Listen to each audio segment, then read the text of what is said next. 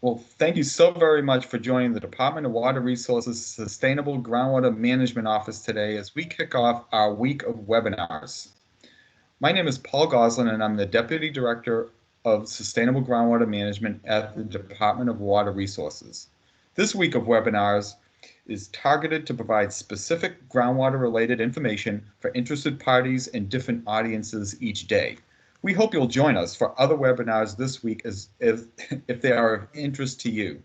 Today's public webinar is on Groundwater Sustainability Plan Submittal Process for the 2022 Groundwater Sustainability Agencies. I want to take a moment up front to recognize that the work you are all doing to develop groundwater sustainability plans is paving the way for a new era of groundwater management where locals and their communities are charting what sustainable groundwater management looks like as we move forward into the future. The work in front of us, the collective groundwater community, is critically important since groundwater has served as a resource during droughts and during this current drought where nearly 85% of Californians rely on groundwater for some portion of their water supply, and over 1.5 million Californians rely on domestic wells for drinking water. Cannot emphasize the importance of the work. Submitting your GSPs starts the iterative process of managing groundwater resources and achieving your sustainability goals over the next 20 years. So again, thank you for your dedication to this important work and being a leader in your community. We have set up the Teams platform today where you can either join from a computer device or call in. There's an option in Teams to have closed captioning, and we have the chat function open so you can provide questions and comments throughout the presentation. Our staff have incorporated time for us to have a good dialogue today. With that, I'd like to take a moment to introduce the staff that will be hosting the public webinar today. From DWR staff, we have Heather Shannon, Ben Gooding, Rihanna Ennis, Craig Altair, Tim Godwin, and Melissa Sparks-Krantz. So now, without further ado, I'll turn it over to Heather to start the presentation. Thank you. Thank you, Paul. So good morning, everyone, and thank you for joining us today for the 2022 Groundwater Sustainability Plan Submittal Workshop. So as Paul mentioned,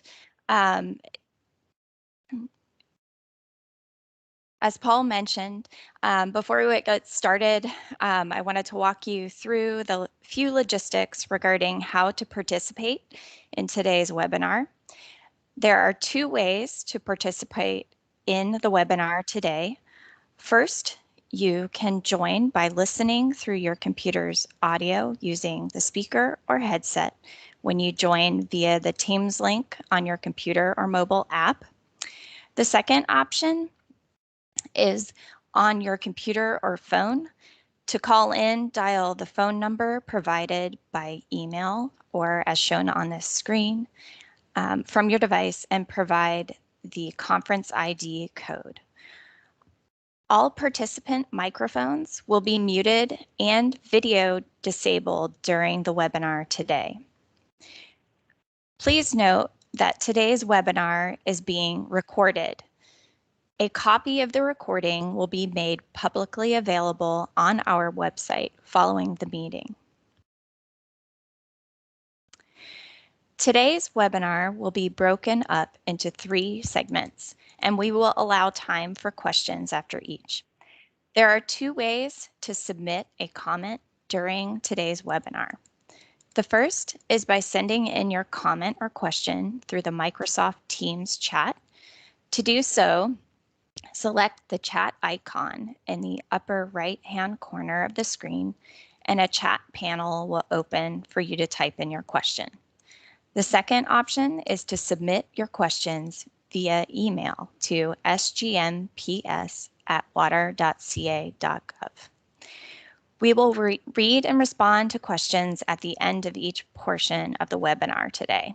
We want to make sure we have plenty of time, so if we receive a lot of questions after the first segment, we will hold off and respond to those after we get through the additional presentation materials. During the workshop today, we will be walking through 3 different important processes for GSAs. The GSP submittal, identification and uploading of data for your monitoring network, and the annual report submittal. As stated in the flyer for this webinar, the intended audience for the workshop today is groundwater sustainability agencies and their consultants that will be submitting their GSPs in January of 2022. The presentations today will be focused on the stepwise processes for submittal of these items.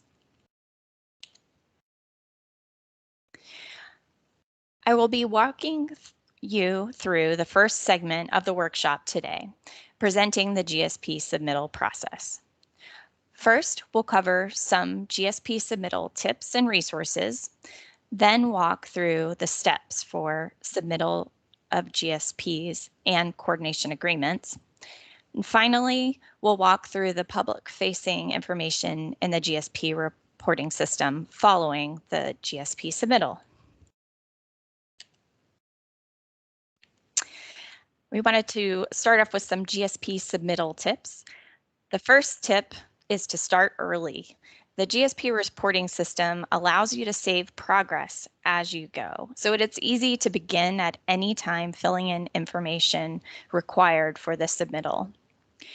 A second tip is to use either Chrome or Firefox web browsers, as they seem to work best with the tool. Third, there are resources available to aid users in the submittal process, and these are available through DWR's SGMA website listed here and on the SGMA portal, which I'll share in a moment. As mentioned previously, today's workshop will be recorded and will be posted to DWR's website should you wish to go back and revisit any of these materials. Also, specific questions regarding the GSP submittal process can be sent following the workshop to gspsubmittal@water.ca.gov.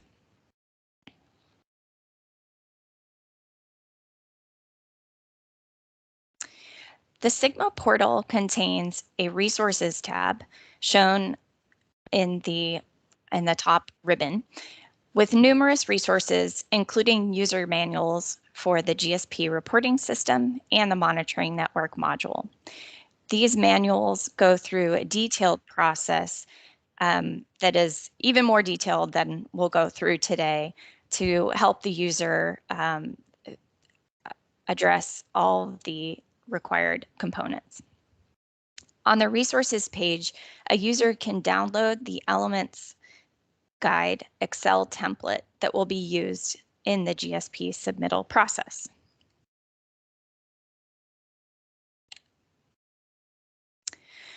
For those that aren't familiar, once a GSA is logged in to the SGMA portal, this is the home page.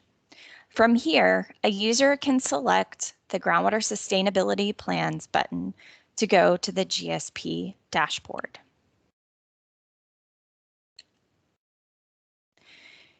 The GSP dashboard contains the GSP initial notifications submitted prior to the development of the GSP submittal and coordination agreements, if applicable, and the annual reports. Anyone with permission from a GSA in the basin can start a submittal. The users can request permission for the basin from a GSA.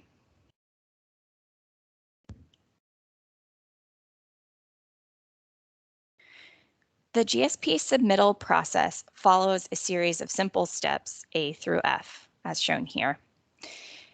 The user is first required to create the GSP, then enter information about the basin, plan manager, and plan area. They're required then to upload the adopted GSP and further identify pages of the GSP associated with sections of the GSP regulations. There are also two steps, one where a GSA can add supporting info, and a next step to add references, specific references that are identified in the bibliography for the GSP. I'll walk through each of these in a little bit more detail next. Once the user initiates the GSP submittal by selecting the New button, a pop-up window appears and provides information about the submittal steps. It also alerts the users of what to expect and reminds the users that the monitoring network and data must be uploaded into the monitoring network module before submitting the GSP. As mentioned previously, the users can save progress as they go and are encouraged to do so to break up the submittal process into multiple steps. When creating a GSP, the initial page requires the user to identify the basin from a drop-down list, select the GSP initial notifications from the list, and identify if a single or multiple GSPs will be submitted in a basin. If multiple GSPs will be submitted, the GSA must create a local identifier for their GSP.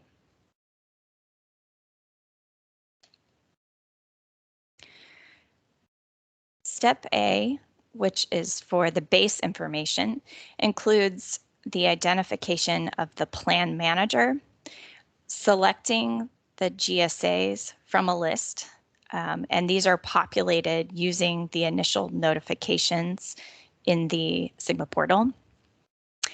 The next step is identifying the plan area, and then the next step is adding copies of a notice announcing the planned adoption of the GSP and a notice of the public hearing to adopt the GSP.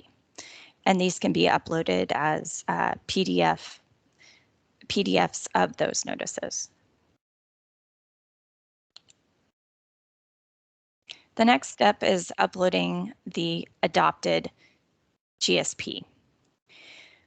This requires the GSA to upload a single GSP PDF document.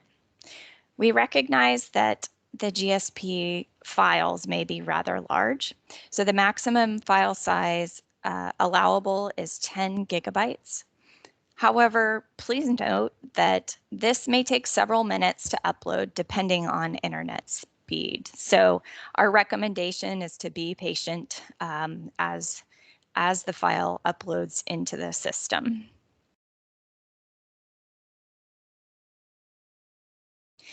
Step C is the elements of the plan. And this portion of the GSP submittal process may be the most time intensive. It requires the GSAs to identify the pages of the GSP associated with sections of the GSP regulations. Within the system, there are two options: to either enter information into a downloadable elements guide Excel template, or to enter information in the web form. Both options have the same requirements, and if the Excel template option is selected, once it has been uploaded into the system, it will populate the web form. The user will be given an opportunity to preview the uploaded information from the Excel template before proceeding to the next step.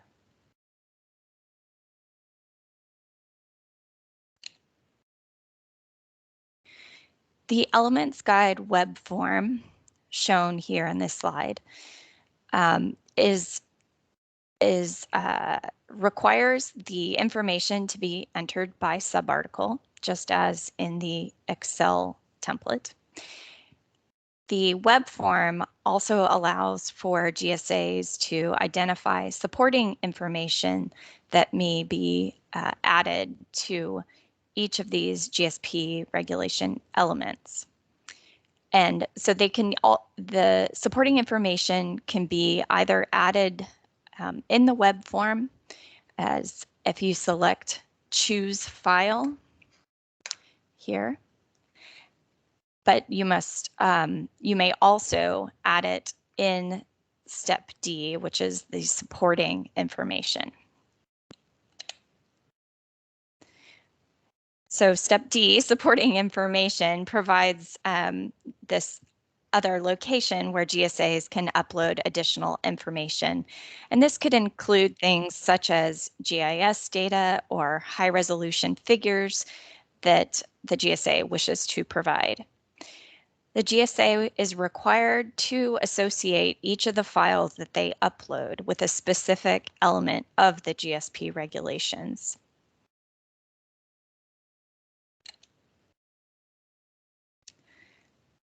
Step E is references, and this is where the GSA uploads the GSP reference list.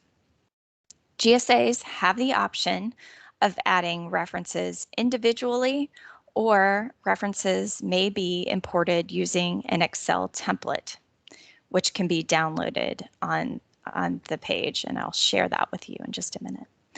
GSAs should upload reference documents that are not publicly available or provide a URL to where publicly available references can be accessed.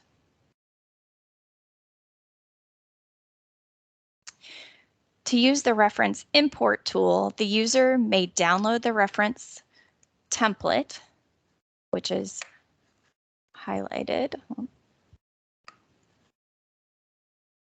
right here, and then populate the template with the required information. If a reference PDF file will be uploaded, the name of the document identified in the reference template must be the same, including the .pdf at the end of the file name, as the file that is uploaded in the drag and drop box here. If the name is not the same, it will not load properly. So that's a key tip for folks to remember.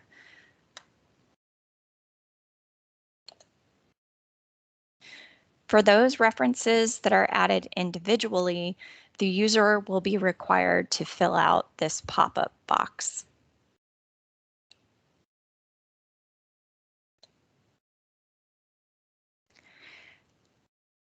F is the GSP submittal, and this is the final page before submitting the GSP. Users are reminded to verify monitoring site information has been uploaded, verify that the fields in the GSP reporting system are complete, verify that all the files are uploaded as required, and check the disclaimer box before submitting the GSP to DWR. So as you can see, it's a pretty straightforward process, and it's pretty easy to follow. I guess the one thing, as I noted, is that it does take some time. So we encourage you to start early, entering information that you already know, such as your base information and any reference materials that you want to upload. So before I wrap up the GSP submittal process, I wanted to talk about the coordination agreement. For those in basins that will be submitting multiple GSPs, a coordination agreement will need to be submitted. The new coordination agreement button is located under the GSP submittal on the GSP dashboard. The user will be required to select the basin, enter the number of GSPs in the basin, and select the point of contact for the basin, and then upload the coordination agreement on this first page.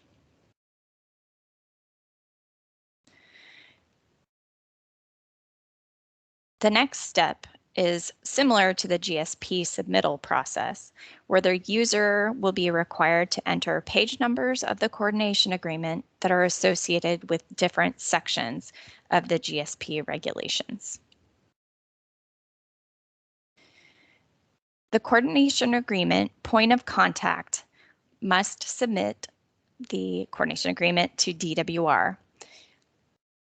However, before doing so, all GSPs for the basin must be submitted before in the GSP reporting system before the coordination agreement can be submitted in the system.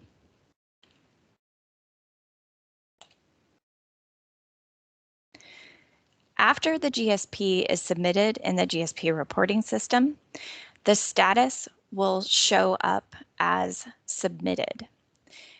DWR will review files to make sure everything loaded properly before posting the GSPs on the Sigma portal.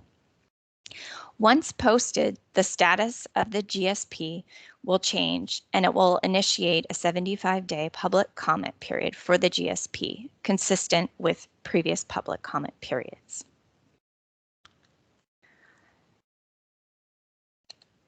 This concludes the first segment of the workshop today on the GSP submittal process.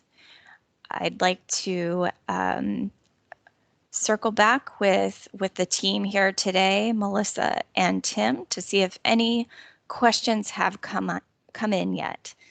And if we haven't received questions, we'll move on to the next portion of the webinar, which is focused on the monitoring network module. And Ben Gooding will be leading us off with that. So Tim or Melissa, anything that have come in today? Yeah, thanks, Heather. So yes, we did receive a question here. There are many references in the document that we required to submit every are we required to submit every referenced document? Thanks, Tim. So the references section, or the submittal process does require that the GSA identify all of their references that are included in their GSP. However, if references are available through are publicly available, whether it's via, I don't know, the USGS website or some other website where the reference can be accessed, the GSA can identify the URL associated with where it can be located. If it is not a publicly or accessible through a URL, the GSAs are asked to provide that reference in a format of a PDF. Great, thanks, Heather. We did have another question come in. Can we submit the GSP chapters and appendices as separate PDF files? The GSP submittal or GSP reporting system only allows for a single PDF. So all of those separate chapters will need to be combined into one document and submitted.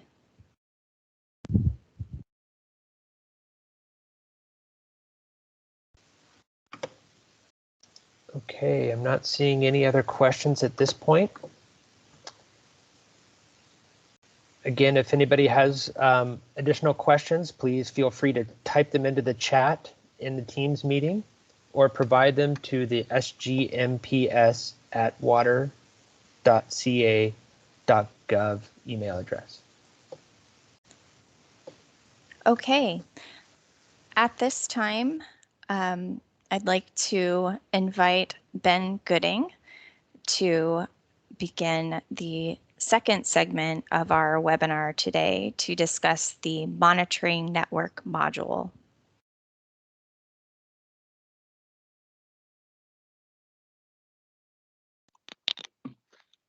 Hi, everyone.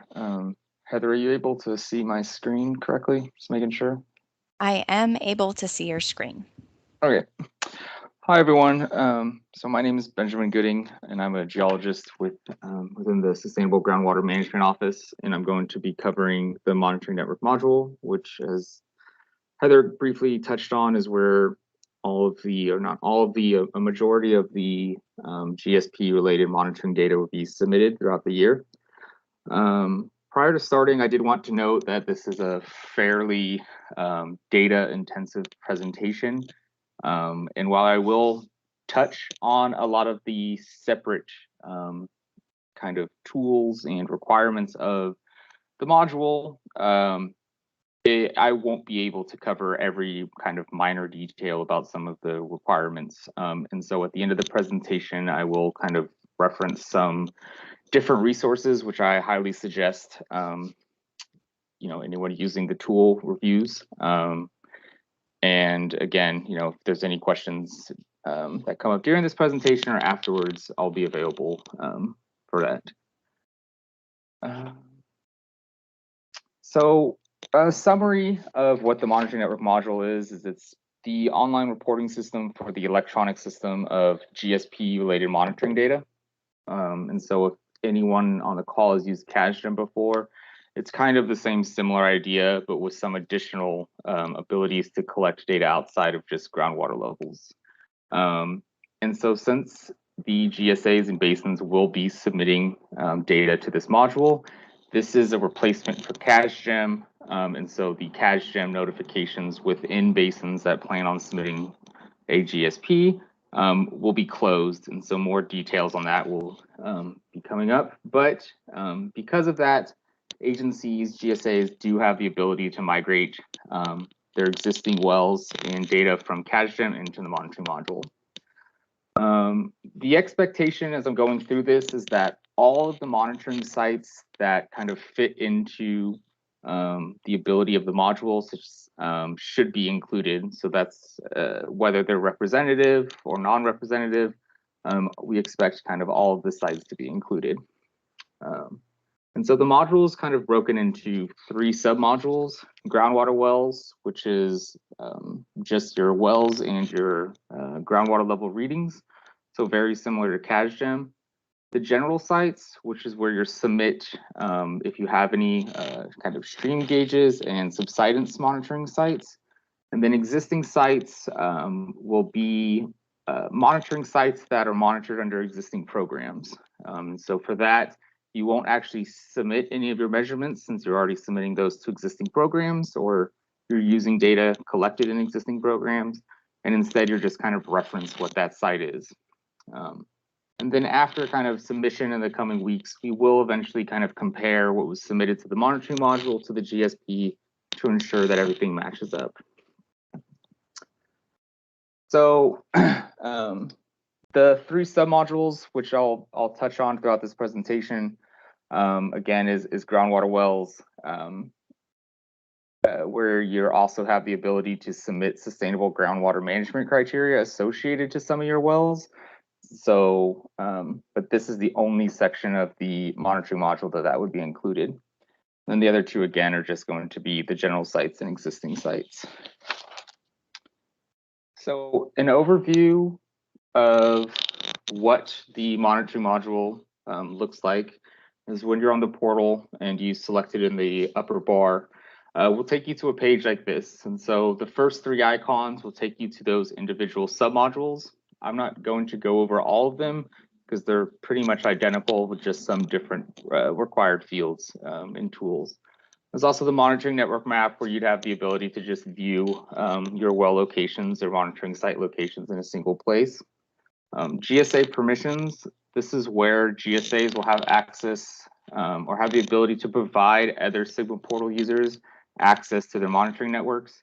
So whether this is another agency that is helping you collect your data and they want to submit that on your behalf, or other users just that are associated with your GSA, this is where you can provide them access just to your monitoring network so that they can submit data or make edits there. And then regional contacts will just take you to a page with department staff that you may be trying to contact. So if we were to select one of these icons for groundwater wells, it'll take you to another page with additional tools that you may use. For each of the different submodules, this looks fairly similar. However, for groundwater wells, there are some additional tools. I won't be walking through each today, but I did just want to make note that the green icons are different import pages. So this is where you'll be able to submit your data kind of in Excel format, in a batch format where you have either multiple wells or multiple groundwater elevations. The other fields are to view your wells, add an individual well, and then also later on I'll be discussing the migrate process from CASGEM, as well as this batch import status tool. And so again, a lot of these will be the same for general sites and existing sites, but the migrate wells and batch import status are strictly related to groundwater wells. So if you were to select the view/edit my wells page, it does take you to a list of all of the wells that your user accounts on the Sigma portal are associated with. So that could include multiple basins or GSAs or GSPs, and just whatever you are associated with will be listed on this page. On the top, you have the ability to filter by agency, basin, or GSP, or you can search for a specific well that you're looking for. The wells and the general sites and existing sites are going to be sorted by site code, or they can be searched by site code and local well name, as well as some additional identifying information. If you were to select a single well in the site code, it will take you to the Edit My Well page, which looks like this. And so I'm not going to go over this entire page, but this is basically what the interface will be for add a new well or edit a new well. When you do view this page, you'll be able to see by the red asterisks what the required fields are. And so again, if you are familiar with CASGEM, then you're kind of familiar with this interface, since it's very similar to the existing CASGEM one. However, the monitoring module does have some additional fields on top of what was originally required by CASGEM. And these are the Sigma-specific monitoring network type, sustainability indicator, principal aquifer, and in some cases, sustainable management criteria. So monitoring network type is just going to be Sigma representative or Sigma. If it's a Sigma representative well, then that's going to mean that you're required to submit your sustainable management criteria data for that. And that will be simply just the start date of your GSP, as well as the values associated with interim milestones, measurable objectives, and minimum thresholds.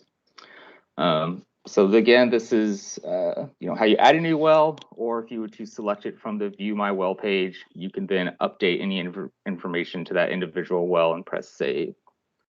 So going through to just to give an idea of what some of the information is required for the other two submodules, this is what it looks like for general sites. A lot of the information is similar to wells, as far as kind of latitude, longitude, the coordinates method accuracy, reference points, elevations, things like that.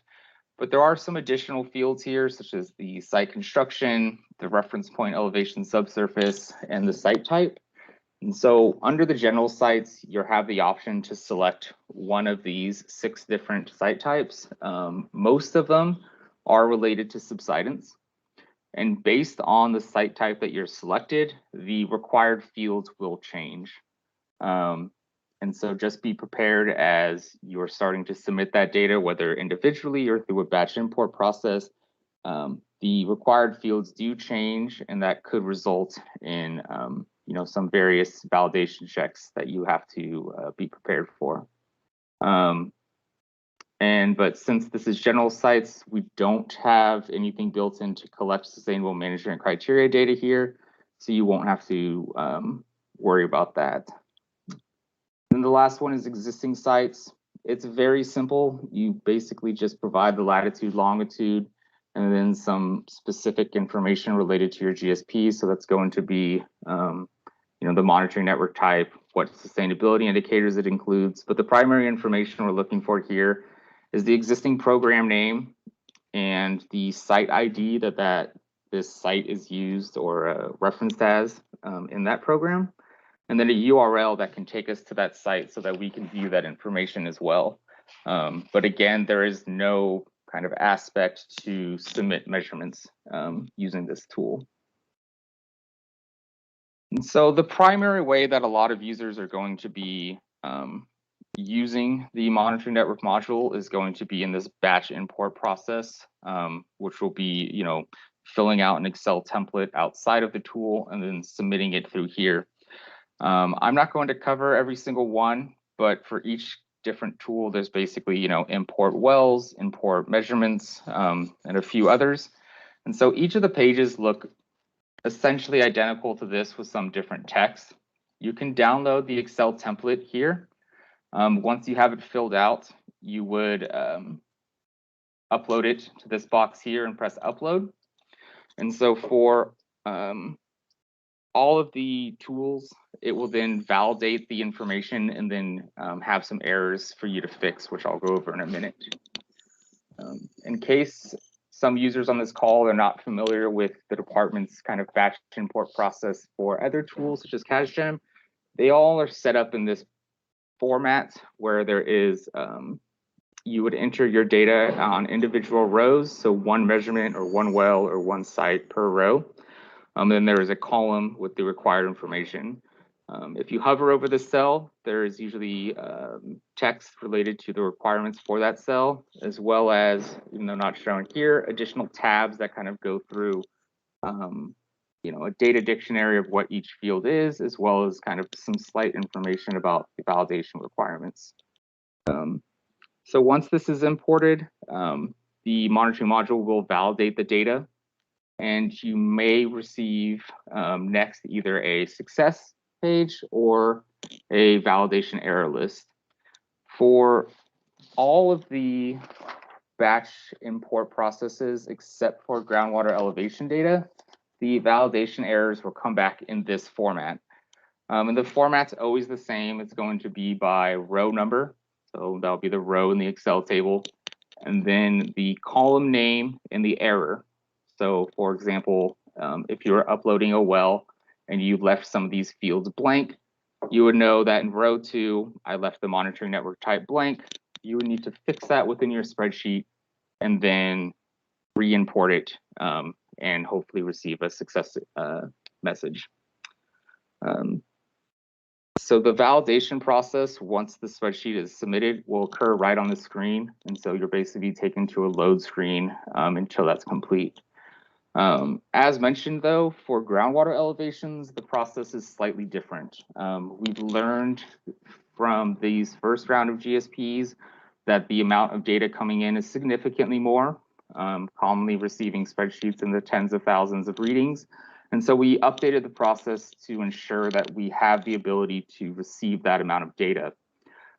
So the way that the process works is starts the exact same. You attach the spreadsheet, you upload it, and it will likely, or not likely, it does upload, within 30 seconds or so, and it'll start to validate in the background. And it will tell you that you will receive an email either stating that the upload was successful or that there's errors. If there are errors, that emails will send you a link to this page,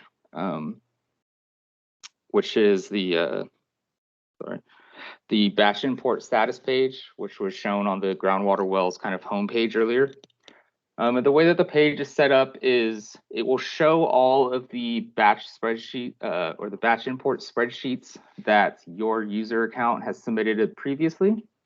If it's successful, that means the data has been successfully submitted. Or if it says errors, then that means that there are some errors associated with at least one or more of the rows of data. By selecting that, the individual kind of errors will be present down here, and users will have the access to either edit that directly within the interface. And so if you fix the validations, that error for that row goes away, or just delete that row and decide that you want to submit it afterwards. For some users that decide that they would rather just fix the errors within the Excel spreadsheet, there is this option using this button here, which will then export the errors in the same format as the previous page, just in Excel format, so that you can then use that as a reference to fix all of your errors. However, if you do select to edit, it will just take you to a single elevation reading form with the different errors down here. As long as you fix it and press save, then that's fixed that row. Once all those are fixed, the system will automatically ask you if you'd like to re-import. And once it's re-imported, the process is complete. And again, a lot of this validation checks and kind of saving the data will happen in the background, which should significantly reduce the amount of time that it takes kind of directly in front of the screen waiting for that upload to occur for these basins that are planning to submit, significant amounts of data. The last processes that I'll go over today is going to be how to migrate wells that might either exist with a CASGEM notification for the basin that's been monitored for the past decade or so, or just other wells that already exist. These could be wells that are monitored by the department or just kind of some voluntary agencies. Any of the wells that are currently in CASGEM, you have the ability to migrate into the monitoring module. And so there's 3 methods for doing this, and I'll go briefly over each one. There's using kind of your CASGEM login if you are the monitoring entity and you want to migrate a subset of wells that you have, or you can search for wells by attributes or kind of using a geographic map kind of tool. So when you go to the migrate wells, you'll first be taken to a page, this page, which will give you the 3 options to select from. Based on your selection, it'll then take you to step 2, which is where you'll be able to search for those wells. So for using the CASGEM login, again, you'll just enter your CASGEM login information, and it will, once you log in, it will return the list of wells associated with just your user account. So if you are trying to migrate wells from a monitoring entity in your basin, you'll want to make sure that you use the same account information that you currently use for CASGEM. The second option is the search for wells by attributes. And this is a way for you to either enter specific information related to a single well, so state well name, master site code, or you could just generally search for a list of wells based on like county and CASGEM voluntary well type. And this could return 1 to many wells depending on the information that you provide. The last method, and if you're familiar with the Sigma data viewer in searching for wells, is a similar process. There are some additional attributes here that you can use, such as well use, well type, but the primary one that might be referenced to you or of interest is the search by spatial filter. So in that drop down, you'll be able to select a specific basin or specific GSA, and then search for wells just within that area using the other attributes selected. So once each one of these tools is used, it will bring up a list of wells meeting that criteria with a checkbox next to each, where you can then select the wells that you would like to migrate and select migrate to take you to last step, which is where you will designate the GSA for these wells to be associated with. And so the GSAs that will be available from the dropdown will again be based on your Sigma portal account. So you'll want to make sure that you are associated with the GSA that you're trying to migrate these wells to. And so if this is a basin with multiple GSAs, let's say under a single GSP, and you want to associate these wells to the individual GSAs, you would need to go through this process each time, or 1 at a time per GSA, I should say. Once the wells are migrated, they will then be available in the kind of view/edit my wells list. But as stated, there are some new Sigma or Sigma specific fields, which is the monitoring network type, sustainability indicators, things like that, So you will need to update those wells, and there's a batch import process specifically for this information. You would list the well by the site code, and then provide these fields that are required. And so the monitoring network type and sustainability indicator is always required. Principal aquifer is optional. And then the sustainable management criteria is kind of conditional based on whether it's representative or not. These wells will need to be updated with this information prior to agencies being able to submit groundwater level data. So you're going to want to make sure that you get this done prior to your plan to submit that data.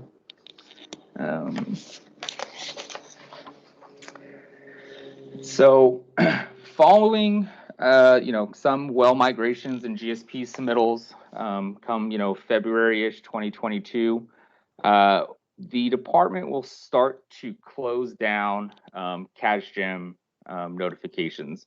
To be clear here, you are not required to migrate all wells that are currently part of a CASGEM notification to your GSP. You only have the option to migrate wells if you choose to. Any wells that aren't migrated from the notification prior to closure will just simply become voluntary wells within the CASGEM system, which allows those kind of previous monitoring entities to continue to submit data if they wish to do so. So don't worry about ensuring that all the wells, some of the wells, or none of the wells are migrated. It really doesn't matter. The expectation is that the minimum requirements for monitoring in the GSP regulations meet the requirements of that previous groundwater monitoring law, which states, the seasonal monitoring of basins to ensure that you remain kind of grant eligible. The expectation is that your monitoring in your GSP either way will meet those minimum requirements. And so we aren't expecting the entire notification to be migrated over. So only focus on what's included in your GSP. But if you do have questions about the notification process, please contact CASGEM at water.ca.gov to talk to some of the individuals on the CASGEM team that can ensure that this is a smooth process as we move from CASGEM into the monitoring network module. And so I know that I've gone over quite a bit of information fairly quickly. I understand that there is a kind of learning curve to some of this, and there's quite a few user manuals that can assist you. The GSP reporting system and monitoring network module user manual will give you a step-by-step process of some of the primary tools, such as adding wells or sites, adding users to provide permissions, adding measurements, things along those lines. The SMC user manual will kind of go over the batch import process to update migrated wells. And the batch import groundwater elevation data process user manual will specifically go over that kind of unique import process for groundwater elevation data. And so these are on the SGMA portal under the resources page, which can be found at this link here at the homepage of the SGMA portal. So just a few closing remarks, I should say GSAs, but you should aim to submit all required kind of monitoring data prior to kind of GSP submission or shortly after. However, we understand that there are a learning curve, and so we will work with you to ensure that the data is submitted. There's nothing in the SGMA portal that's going to prevent you from submitting prior to or after your GSP submission, so don't really concern yourself. Just that is kind of the goal that you should move for. Because shortly after GSP submission, we will kind of just compare the data that was submitted to the monitoring module to ensure that it matches up with your monitoring network and your GSP. And so as stated, since CASGEM notifications are closing, kind of that check to remain grant eligible or basins to remain grant eligible will now occur within the monitoring module. And so that first one will be kind of spring 2022, which would be at least one measurement collected and submitted between January 1st, 2022 and July 31st, 2022. And so the monitoring module does do some automated reminders and checks that you might receive if you are the plan manager. But again, we will work with you to work through that process. And so the data that's submitted to the monitoring module will be auto-compiled within your annual report submission, which Rihanna will be covering next. But there is quite a bit of data that might not be submitted, or a lot of monitoring data that might not be submitted to the monitoring module, primarily water quality data. And we do receive questions about what to do with that data. The expectation there is that a lot of that other data is still provided in tabular format within your annual report. And with that, I think we're ready to take questions.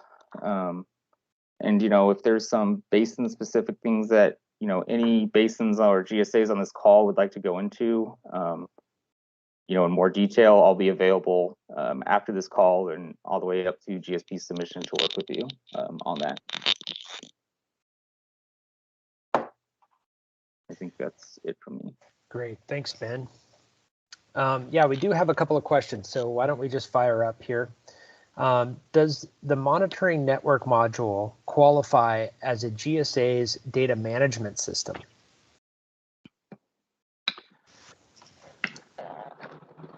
The GSA should still plan on having their own data management system because, as stated, the monitoring network module is not able to collect all data that's required. And the data management system is there to assist GSAs to clearly have a way for the different agencies to kind of provide that data to them prior to providing it to us. And so the agencies should still strive to have their own data management system. Thus far, we have had some GSAs that have worked with us to ensure that their data management system is developed in a manner that will allow them to kind of export that data in a format that quickly allows them to submit it to us. So if there are questions as you're starting that process, please feel free to talk to us and we can work with you on that. But the basins and GSA should still aim to have their kind of own data management system. Great, thanks. So another question, do you recommend migrating wells that have not been monitored recently, like 10 plus years, but would likely be accepted into the GSP monitoring network in the future if they are monitored again, or just leave as voluntary? So I guess kind of two aspects. For the wells that you're migrating into the monitoring module, you don't need to concern yourself with the previous historical record. If there is previous data, that's great. If there's not, that's not a concern. Feel free to migrate any wells that you're going to be included in your GSP. As far as kind of the voluntary idea, I guess this is two things. Within the monitoring module, there isn't this idea of voluntary measurements. It's just all kind of wells and measurements that are being collected as part of GSP implementation. So if your question is related to being voluntary in there, I would just say include all wells that you're planning on including. But if you're saying keep as voluntary because you're planning on just keeping it within CASGEM, again, I don't think that there's any concern about the past historical record, and you should migrate any wells that you plan on using. And you just plan on monitoring going forward. So there's really no concern about the historical record there.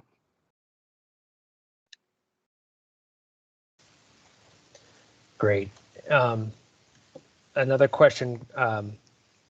If the construction info in CASGEM is out of date, do we need to update it in CASGEM first or migrate it and then update it? So either one works, honestly. If you have access to the well in CASGEM and you wanted to update it there, you could. But there could be some permission issues there if you're not associated with the well.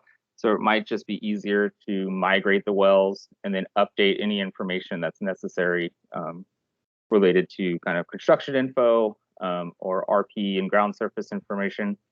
And if you've noticed, if you're migrating quite a few wells and let's say you notice that there's a lot of construction information that's out of date, or you went out and resurveyed all the wells, and so you don't want to go in one at a time and update every single one of those wells, we can work with you to kind of create a process for you to be able to mass update that information from our end, which we've done with many basins thus far. So, once you decide, the best avenue to go, if it is within the monitoring module, I would recommend, reaching out to us and we can assist you with that process if there's more than kind of just a handful of wells.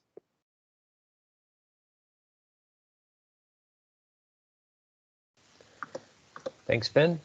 So another question regarding the timing, I guess, is, again, can GSA start merging CASGEM wells now or after they submit this month's measurements that they've been currently collecting? So I would suggest waiting until the monitoring entities have had their opportunity to submit their data.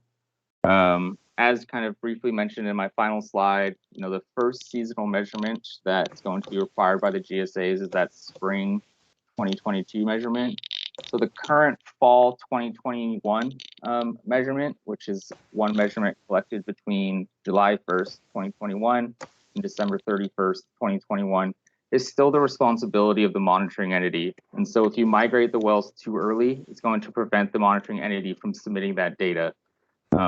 And so I would, work with the monitoring entity to work out the best timeline between them and the GSA to ensure that data is submitted prior to migration. So I would hold off.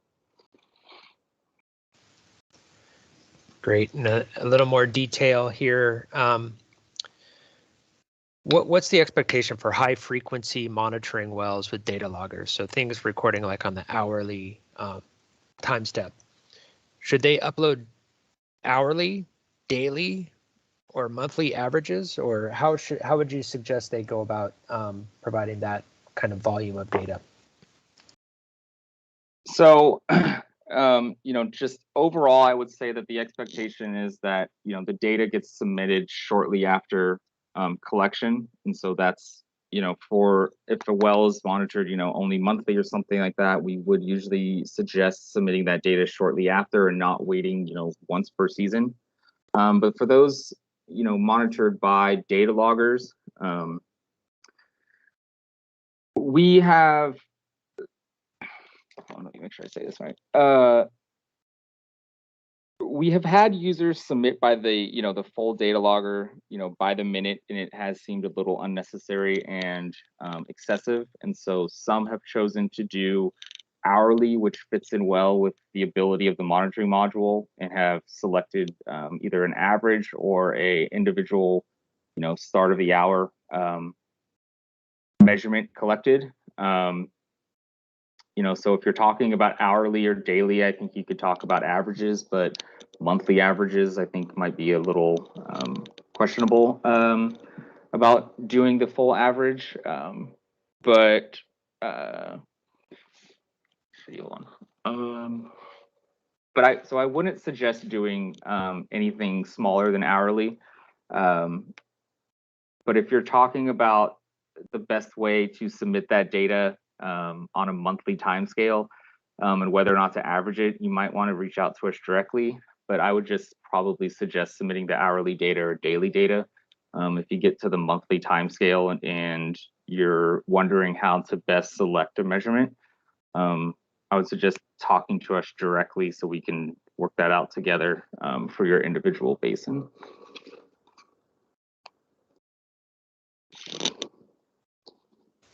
Okay, I think that's the extent of our questions for this segment. Cool. And yeah, so again, I wanted to say one more time, I understand this is a very data intensive kind of topic, and there's a lot of unique conditions across each basins. So I'm here to answer all those questions and work with you directly, via the GSP submittal at water.ca.gov email. And I'll look forward to working with all of you in the future.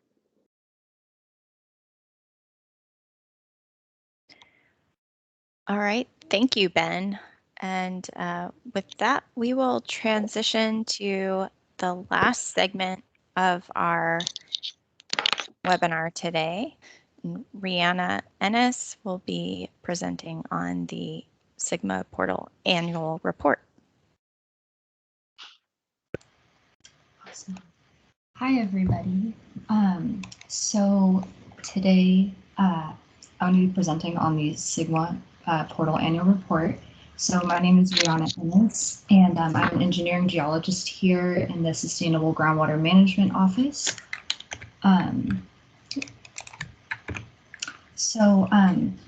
First we have a summary of what we'll be going over today.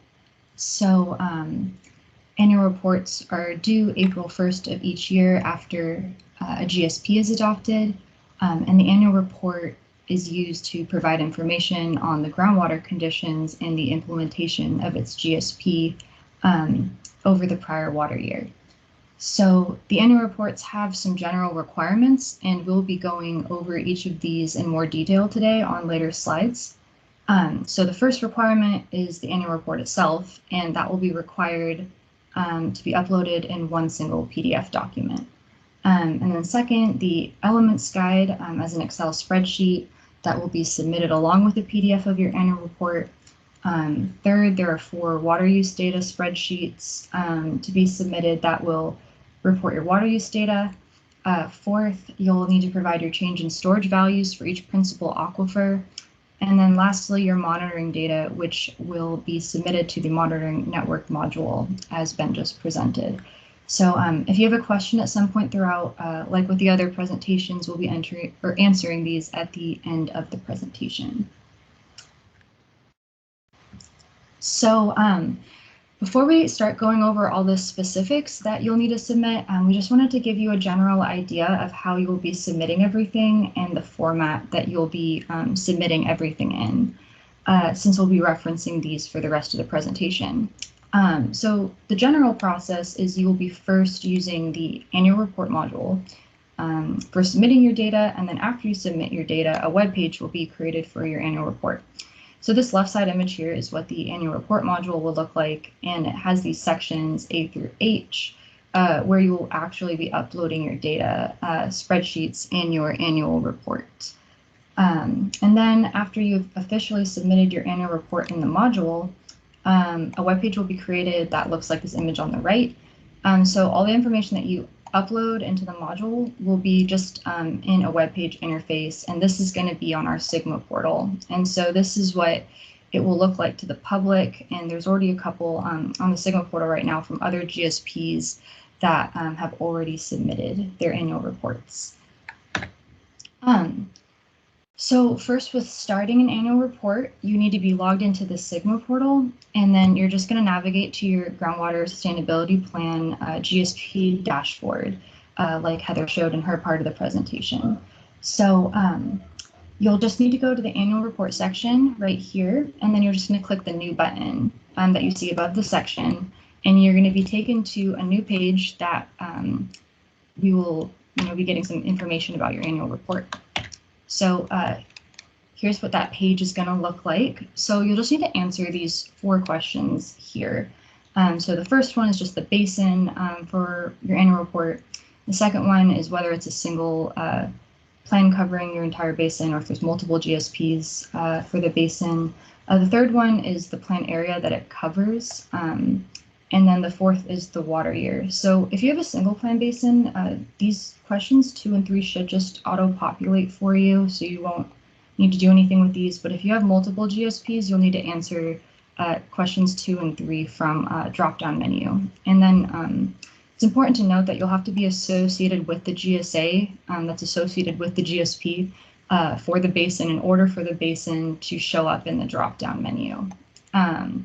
So yeah, you just need to fill this all out, and then once you hit the Save and Continue button down here, you're going to be taken to the annual report module. And that's right here. That's what this will look like. Okay, so the next requirement we're going to be talking about is your elements guide. So similar to what Heather talked about for your GSPs, we're going to be asking your agency to submit an elements guide in the form of a spreadsheet for you to fill out. So this one is not a web form like in the GSP submittal, and it's just a spreadsheet. So this is just a screenshot of what the elements guide will look like for the annual report. And so you can see here that it lists the requirements from the regulations, which you need to include in your annual report. And then for each regulation listed in the corresponding cell, you will need to fill out the page numbers from your annual report that address like the applicable element or a brief description of why an element doesn't apply. And so this, once you fill it out and submit it, this is going to also be available for download from the for the public along with your annual report. Okay, so the next requirement I'm going to be talking about with you are the water use data import spreadsheets. And so these spreadsheets are going to comprise sections A through D of the annual report module. So we will be providing spreadsheets for the agencies to enter data into. So they're just templates, and I'll show an example of what it will look like on the next slide. So agencies will need to complete these spreadsheets by filling in the required fields, then upload these spreadsheets to the annual report module. So the information we're asking for is to report your water use volumes for the entire basin in acre feet for the preceding water year. So there are 4 spreadsheets for your agency to fill out. And so they're pretty brief. They're formatted so that your agency will just generally be entering in a number or asking you to choose an option from a drop-down menu, or asking for a short description in the fields. So the first spreadsheet is for groundwater extractions. So we're first going to ask for the total groundwater extractions, and then for the groundwater extractions by water use sectors. So some examples of sectors being urban, industrial, agricultural, managed wetlands, other, etc. And then the second spreadsheet is for the groundwater extraction methods. So these methods include meters, electrical records, models, and more. And for each method that your agency reports, we're going to ask for some information about it, such as a description, type, or accuracy and volume. And then so the third spreadsheet is for reporting your water or your surface water supply. And it will ask by source type, so Central Valley Project or like State Water Project or others. And then your fourth spreadsheet is for reporting your total water use. And so it will ask for the total water source type and then water use sector. And so let me show you what one of these looks like. So here's one of the spreadsheets, and this is for section A, which is the groundwater extractions. So you can see that the required information is in this first row here in orange. So you will input your basin number, the water year, and then enter in a number for the types of groundwater use extractions that are listed. So you're going to see a description in the pop-up boxes that will give a little brief description and some brief information maybe about the validation in the cell. And then on these tabs at the bottom, you'll find more detailed instructions about each spreadsheet if you need it. So that will be in the field description section. So some instructions you may see, for example, is whether or not a field is required. So an example in this last cell on the right, this is a description for if you enter a number into the water use sector field labeled other. So you would only need to fill this one out if you put in a number for other, but it won't be required if you didn't. So these kinds of instructions will be in the field descriptions tab on the spreadsheet. So once you're done filling this out, you're going to upload the completed spreadsheet into the module just by dragging it or clicking to upload. Something to note is that there are validations done both on the Excel spreadsheet and in the module to make sure that the data is being submitted correctly. So for the Excel sheet, this is just making sure that only numbers are entered in where numbers are supposed to be. And then so there's an additional level of validations on the module itself. So if it finds an error in your data, you might get some error messages. So here's what they would look like.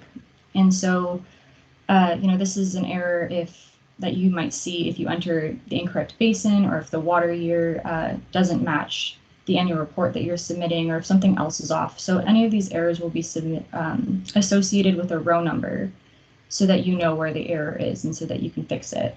And then something else to mention is that all the collective spreadsheet data are available to be downloaded from the CNRA, California Natural Resources Agency website. And this compiles all the spreadsheets submitted from all the basins into one file. So that's where your data will go. So the next thing we're going to talk about is your change in storage. So providing the data, it's pretty straightforward, and it's all done on section E of the annual report module, as shown in the screenshot here. So your change in storage values must be quantified for each principal aquifer. And so a positive value would represent a gain in storage, and a negative value represents a loss in storage. And so by that, we mean we are expecting agencies to include an associated change in storage for each aquifer that's defined in your GSP, in your basin setting. So you will put these values into the table for each aquifer. And then the module just calculates the total change in storage for you at the bottom here. It just adds the columns above it, as shown in the screenshot. So it's just, that's all it's doing right here for that total. And then so lastly, you will need to explain the methods used to quantify your change in storage here in question 2. So the next thing we're going to talk about is the monitoring data that's required.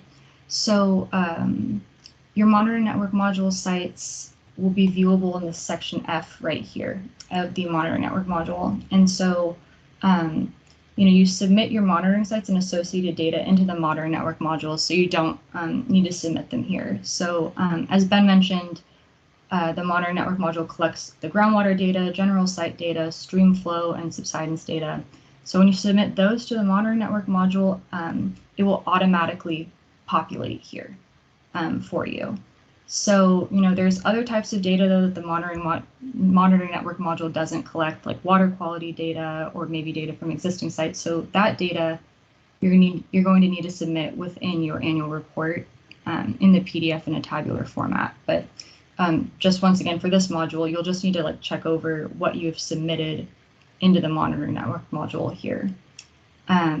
So this data will become public. So after you submit your annual report, your measurements that you collected at your monitoring sites during the given water year will be available to be viewed within the final annual report webpage interface by the public. So we've talked about sections A through F, and so section G is where you'll actually be uploading your annual report and elements guides that we talked about earlier in the presentation. So you'll just need to drag your one PDF and one elements guide here. So next we're just going to talk about editing the annual report. So your progress will be saved throughout the submission process. So on the module, it should save while you're going, as long as you're using the save and continue buttons. And so yeah, if you start working on an annual report submission and don't submit it, it will be considered a draft annual report. So it will show up on your GSP dashboard under your annual report section, and you can edit this at any time prior to submission. And you will just be able to access it from your GSP dashboard, and it will say the status as draft. And so once you officially submit the annual report, the status on the annual report will change to submitted.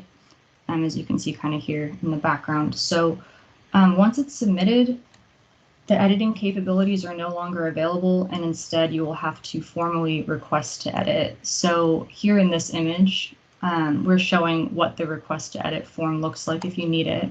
So you will need to type your reason or justification into this box here. It will send us an email, and if we approve the request, it will revert it back to draft form so you can make your edits. So just to clarify once again, this is only for if you've already submitted your annual report. If it's just a draft, you can edit it at any time. So once you've submitted the annual report, it's going to be hosted on our SGMA portal for the public to view. So this screenshot here on the left shows what the page containing all the annual reports will look like. And this is on our SGMA portal right now for the basins that have already submitted GSPs and annual reports if you want to look at it. And then, so something to note here is that people can make public comments to your annual reports here. And then when you click on one of these annual report links, it will take you to the annual report page, as the screenshot on the right shows. And you can see that your annual report elements guide and documents, they should be uploaded right here. And then you can see that the sections from the annual report module are below. So it would just take what you entered into the spreadsheets and it puts it into this format instead. Okay. And lastly, I just wanted to talk about where the resources about the annual report are located. So we currently have quite a few existing resources on our Sigma portal located on the resources tab here. So you don't need to be logged in to use these if you just want to check these out. So the first one I wanted to point out was the GSP annual reporting user manual. So this one will have everything we went over today in this presentation in even more detail, and will be really helpful during these first submissions. And then the next couple, you can just view all the spreadsheets that we've gone over throughout this presentation. So you can see what the GSP annual reporting elements guide looks like, as well as the 4 water use data spreadsheets. And then lastly, there's an FAQ document, and this will be really helpful for getting started. And so, yeah, there are also annual reports right now on the Sigma portal from the other GSPs that have already submitted them. So we really encourage you to take a look at those as well. And with that, I hope this was really helpful to you all for your annual report submissions, and we will now be doing questions.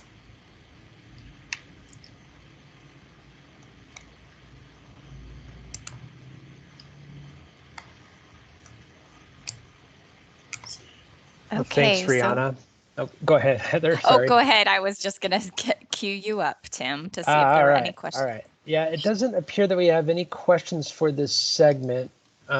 We did receive a question that's kind of an overarching question, though. If anybody has questions regarding the annual reports, please feel free to plop those into chat or send them off to sgmps@water.ca.gov.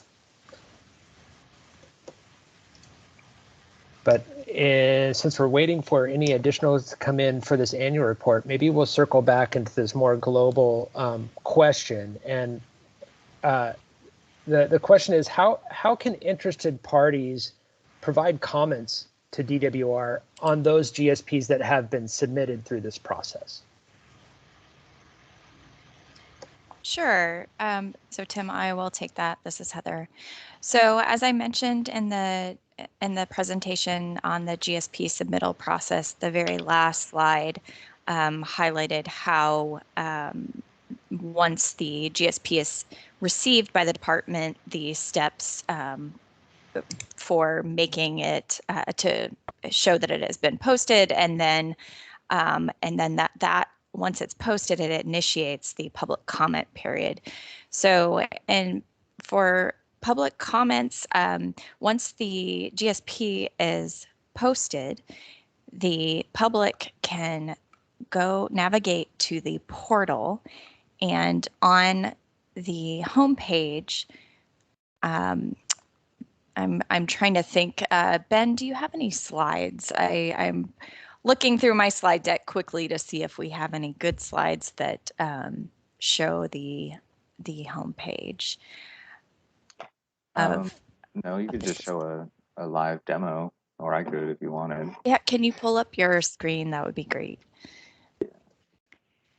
So the public can select from the Sigma portal, they can select the GSP tab on the top, and they'll be able to see a list of all those submitted GSPs.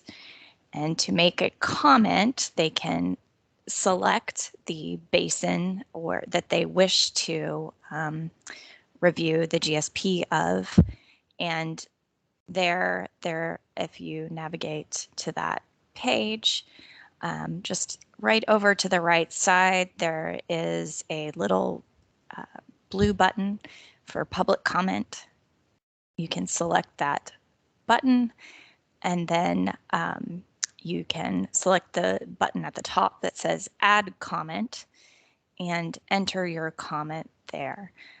So you have the option to upload a document if you choose, if you have a formal written comment, or you can just provide your comment in the description area shown on the screen.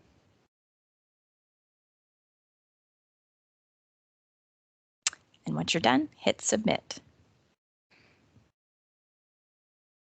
Thank you, Heather.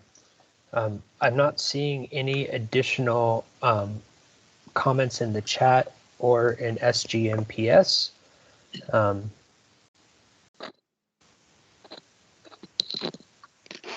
We'd be happy to follow up on anything you come up with later. Just feel free to forward those questions and comments on to us, and we can definitely respond to those after the fact as well.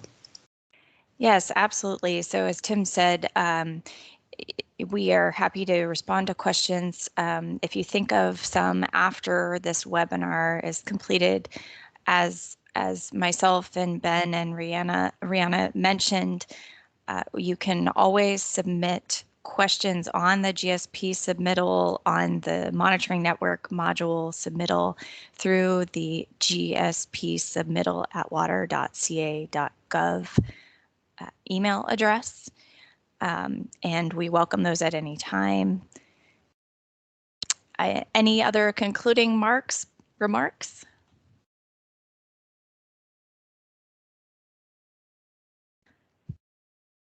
I just wanted to thank everyone for joining us today.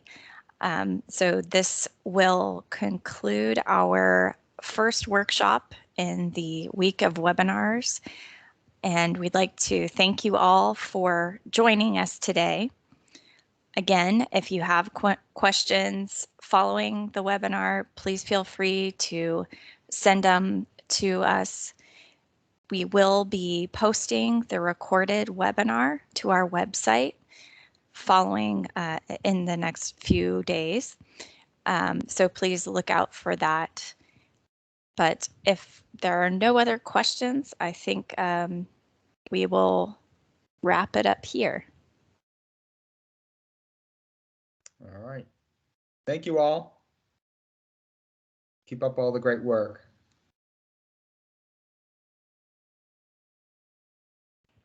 All right. Thank you. And have a good afternoon.